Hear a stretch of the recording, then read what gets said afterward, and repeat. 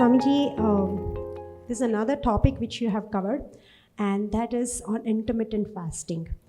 Swamiji, intermittent fasting is the topic which is nowadays you read in most of the nutritional journals all over the world. But there is a big confusion among people that what is exactly the benefit of this intermittent fasting, and also that should they be doing ongoing intermittent fasting on regular basis? What is your opinion on this, Swamiji? Okay, so Tejal, some advantages of fasting are pretty obvious. That when we give a little break to our digestive system, it gives an opportunity for rest and repair. So the various organs, they get an opportunity for rejuvenation. It gives an opportunity for getting rid of the toxins. So there are of course other things, like then the body draws on the fat reserves and things like that. So there are some advantages of fasting.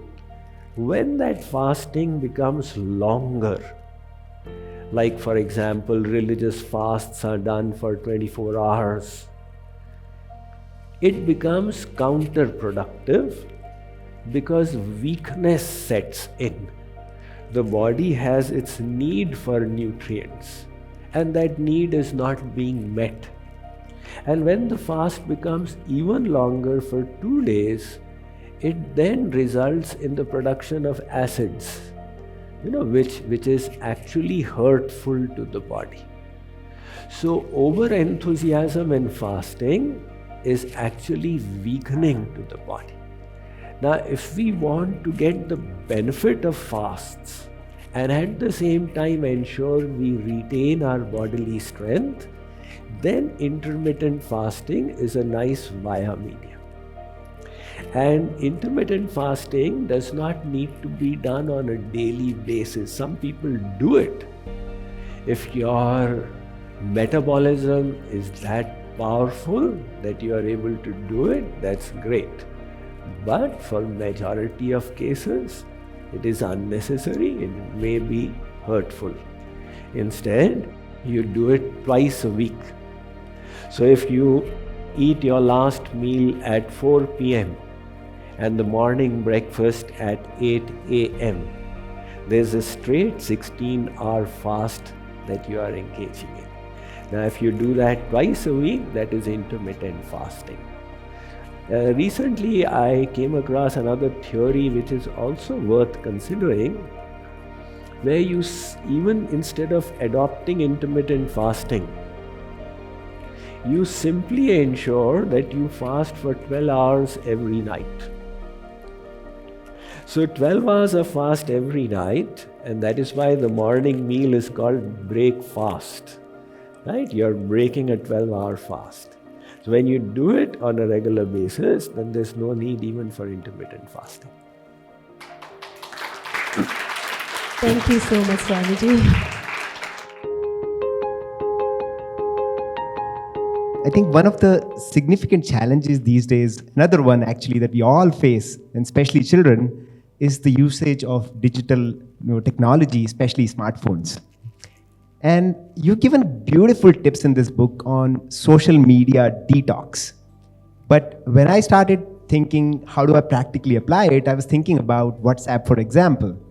We all use at work as well, and in our social communication, even during volunteer activities, heavy usage of WhatsApp. How would you look at that technology, especially in the context of social media detox that you suggested?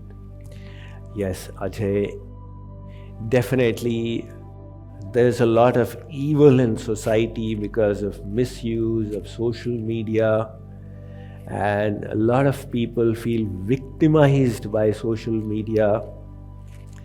However, technology in itself is not good or bad. It's our inability to use it that makes it bad for us. Like for example, if you're walking on the road and you have an accident, you may bruise yourself, but continue walking. And if you're driving a scooter and you have an accident, then a fracture is also quite expected. And if you are going by aeroplane and there's an accident, then it's almost sure death. So the aeroplane itself is not good or bad, but the bigger the technology, the bigger the scope for its use and its misuse. So all this complaint about social media is because we don't have the self-control to be able to put it to good use. But now if somebody says, okay, it's all your problem, it's not social media's problem, so we will not control social media. You learn to control yourself. Well, people say we don't have that control, right? So some controls do get imposed. Now when it comes to WhatsApp, like you have asked, WhatsApp is a very powerful medium that has come up, amongst instant messaging, of course. I am not promoting WhatsApp. So different platforms have got popular amongst different communities. So some communities have, let's say in Nepal, they use more of Viber, and some places they use more of Skype. But particularly amongst the Indian community, WhatsApp has spread very rapidly. So it is a very powerful tool, right? Now, there is no need of cutting it out from your life, but we need to keep it under our control. The moment technology starts controlling us, it becomes counterproductive. And as long as you are the master of it, then it is just adding to your effectivity. So while using WhatsApp, you ensure that you have your rules in place. Rules means who is allowed to access me by WhatsApp, or what are the times of the day when I will access WhatsApp, etc., etc. So set up your personal rules for it. Now, some people, in fact most people, they keep that, what is it called, chime, etc. New message has come, right? So they keep the new message has come chime. Yeah, there it has come. That's one of the worst things to do, because then technology is controlling you. Now, I had some problem with my email accounts. So I was taking somebody's help, and he said, Swamiji, I'll change this setting so that it automatically draws the email.